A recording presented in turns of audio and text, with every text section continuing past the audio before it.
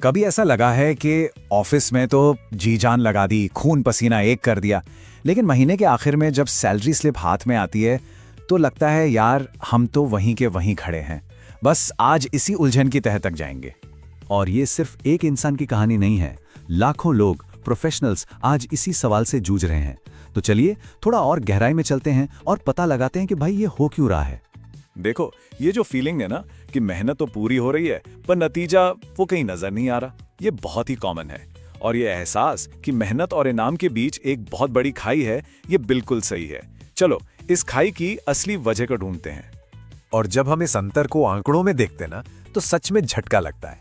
सोचिए जरा, एक तरफ 90% की मेहनत, पूरा जोर लगा दिया, और दूसरी तरफ सैलरी में बढ़ोतरी, वो बेचारी 30% पर ही अटकी हुई है। यही तो वो गैप है, वो खाई है जो हमें स्टक फील कराती है। पता है, इस पूरी सिचुएशन के लिए ना एक बड़ा सही शब्द है, कॉर्पोरेट ट्रेडमिल। बिल्कुल वही जिम वाली ट्रेडमिल की तरह, मतलब भाग तो रहे हैं, पसीना भी आ रहा है, पर पहुंच कहीं नहीं रहे।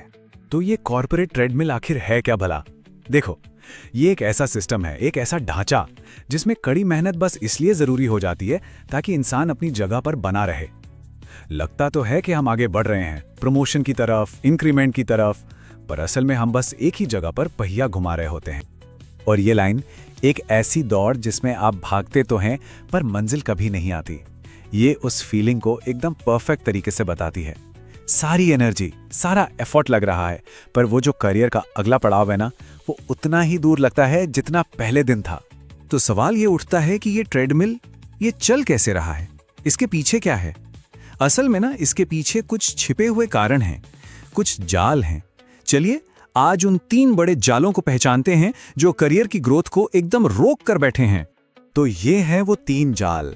Number 1, the median salary trap, मतलब औसत सैलरी का फंदा।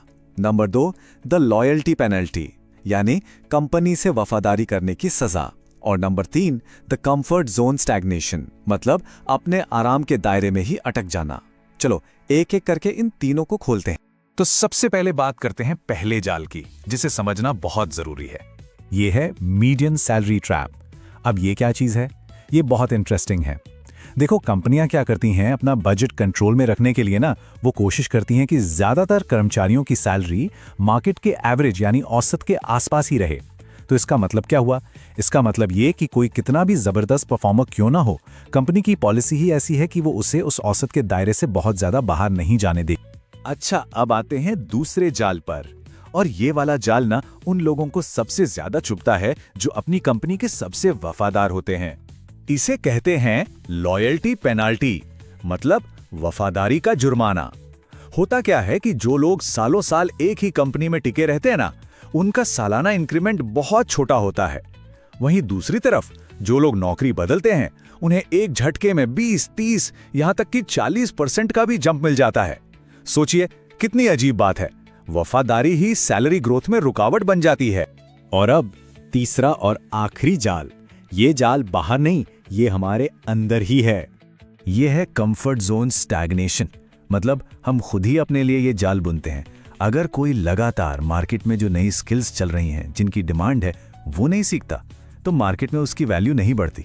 मेहनत तो शायद बहुत हो रही है, दिन रात काम हो रहा है, पर अगर वो मेहनत पुरानी पड़ चुकी स्किल्स पर हो रही है तो सैलरी तो एक जगह आकर रुकी जाएगी ना। अब मन में ये सवाल आ सकता है कि यार कंपनियां ऐसा करती ही क्यों है? क्या वो जानबूझकर ग्रोथ रोकना चाहती हैं? वेल, ऐसा नहीं है। इसके पीछे उनकी अपनी बिजनेस की मजबूरियां होती हैं, उनकी अपनी स्ट्रैटेजी होती है। देखिए, कंपनियों को एक फिक्स्ड बजट के अंदर काम करना होता है। सबके लिए एक जैसी एचआर पॉलिसी बनाना उनके लिए आसान होता है। वो एम्प्लॉयज को रिटेन करना चाहते हैं, पर हाँ, एक हद तक ही। ये सब उनके रिस्क मैनेजमेंट का पार्ट है। तो ये किसी के खिलाफ कोई साजिश नहीं है, ये बस एक बिजनेस का ढांचा है। तो ठीक है, हमने प्रॉब्लम समझ ली, उसके कारण भी समझ लिए। तो अब सवाल ये है कि इसका हल क्या है, इस ट्रेडमिल से उतरे कैसे? और इसका जवाब है सोच बदलने में। इस ट्रेडमिल से उतरने का जो पहला कदम है ना, वो है अपनी मानसिकता को बदलना। देखिए, पुरानी सोच क्या थी कि ज्यादा घंटे काम करो मतलब ज्यादा पैसा। लेकिन नई सोच और सही सोच ये है कि अपनी वैल्यू बढ़ाओ तो ज्यादा पैसा मिलेगा। पूरा खेल बिजी होने से वैल्यूबल होने की तरफ शिफ्ट करने का है। तो एक बात तो साफ है, इस जाल से निकलने के लिए कोई मैजिक बटन नहीं है, कोई शॉर्टकट नहीं है। असली रास्ता है अपने करियर को, अपनी वैल्यू को देखने का नजरिया बदलने में। फोकस सिर्फ कड़ी मेहनत करने पर नहीं, बल्कि अपनी वैल्यू बढ़ाने पर करना होगा। और आखिर में एक सवाल के साथ आपको छोड़ना चाहूंगा, जिस पर सोचना बहुत जरूरी है। किसी की असली मार्केट वैल्यू क्या है? और सबसे जरूरी सवाल, उस वैल्यू को बढ़ाने के लिए क्या किया जा रहा है?